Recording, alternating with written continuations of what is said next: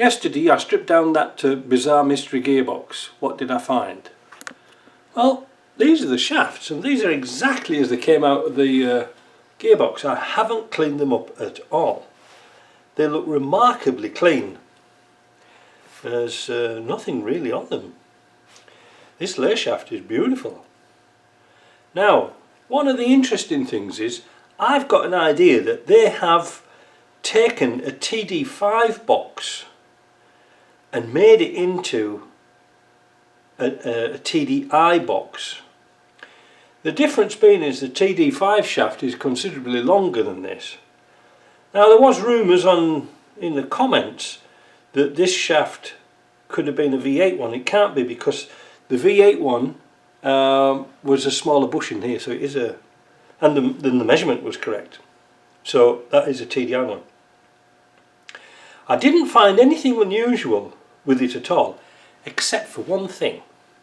Let me put these to one side. Oh, and this here, I've put the synchro ring on there. That is a new synchro ring. That's not been used at all, so that goes with that one. So we'll put those. I'm not going to strip this down yet, and I'm going to tell you a reason why. When it came to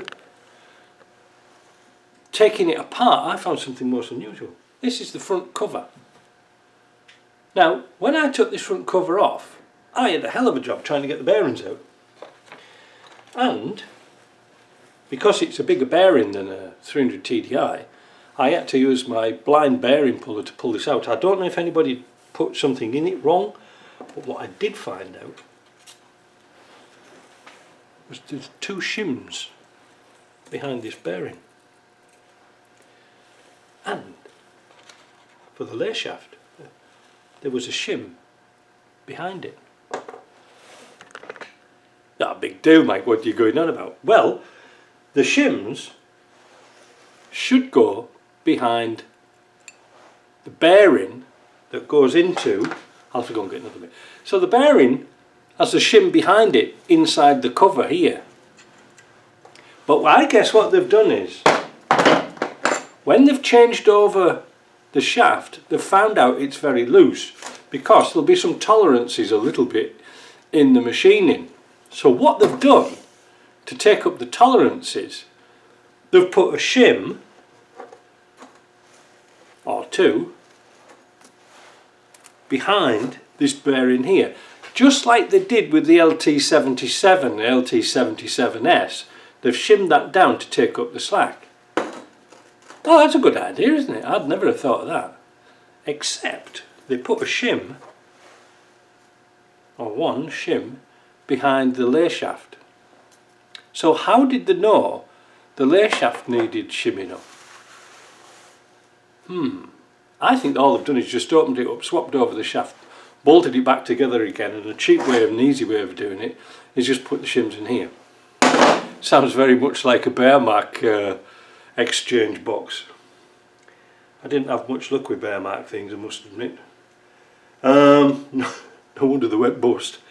So what I'm going to do today is I'm going to assemble this box and re-shim it correctly. Now, in theory, I should be able to measure the thickness of those two shims and add it to the shim here. And I can't use those shims on there because they're a different size, you see? They're a different size. But fortunately, I have a number of these shims, I think. So what we're going to do is try and find out what the size is, match them up. If we haven't got one, I'll have to nip down to JP again and get him to measure up them, because the main shaft, you know, the main shaft did feel right. It felt really nice. But what we'll do, just a bit of fun, seeing it's Sunday morning and we've got all sorts to do. We'll set this box up and I'll show you how to measure it up. Now I have been working on a video of how to put this box together and mistakes that you can make, but that's still on the back burner. I haven't finished that yet.